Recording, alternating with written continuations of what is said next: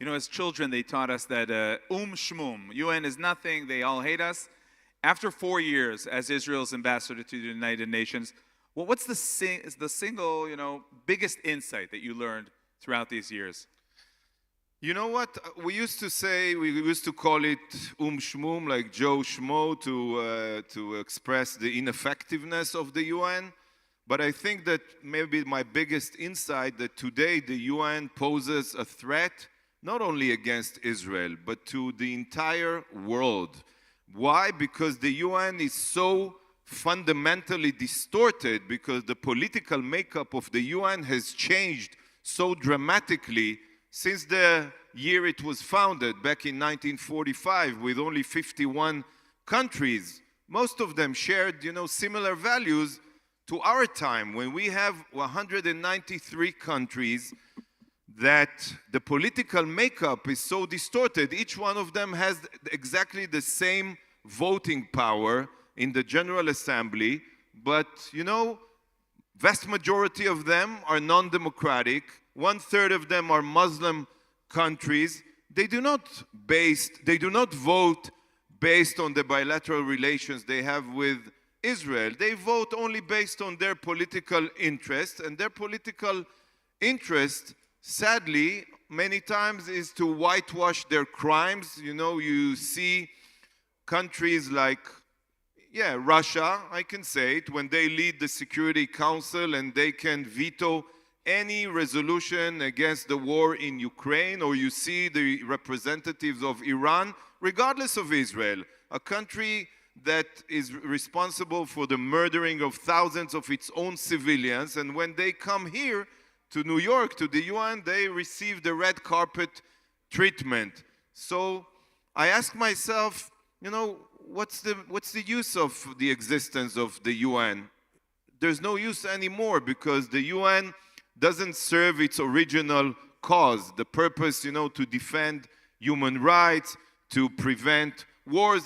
It cannot prevent wars. See what's happening in Ukraine, in Sudan, in Nigeria. Look what happened in Syria. Ignore Israel for a second.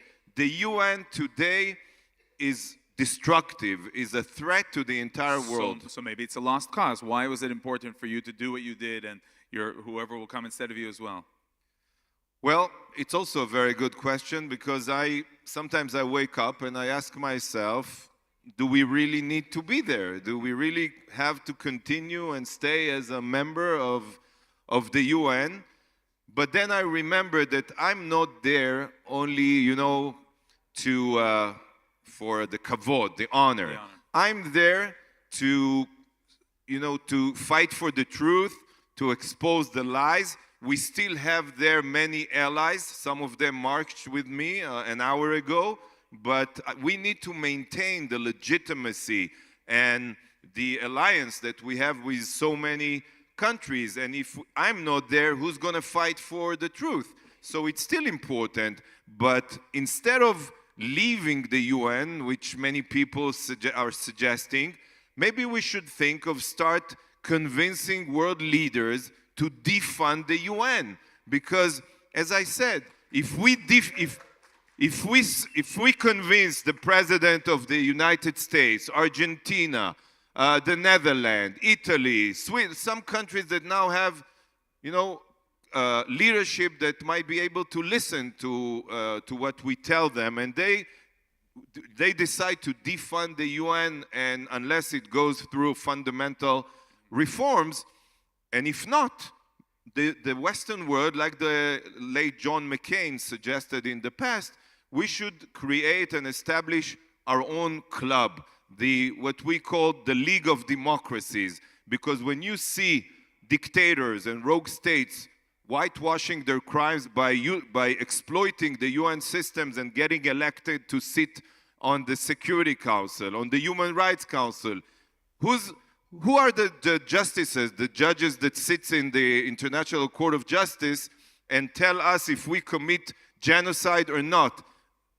Judges from Lebanon, from Russia, from Somalia. It's insane. You can make these things up. So we have to campaign to erode the credibility and the legitimacy of the UN, and try to convince world leaders to establish a new international organization with only democracies, and whoever wants to join will have to play by our rules. So the next ambassador will have lots of work, and you'll continue in this field, I believe. Ambassador Gilad Erdan, thank you very much for joining us, and good luck.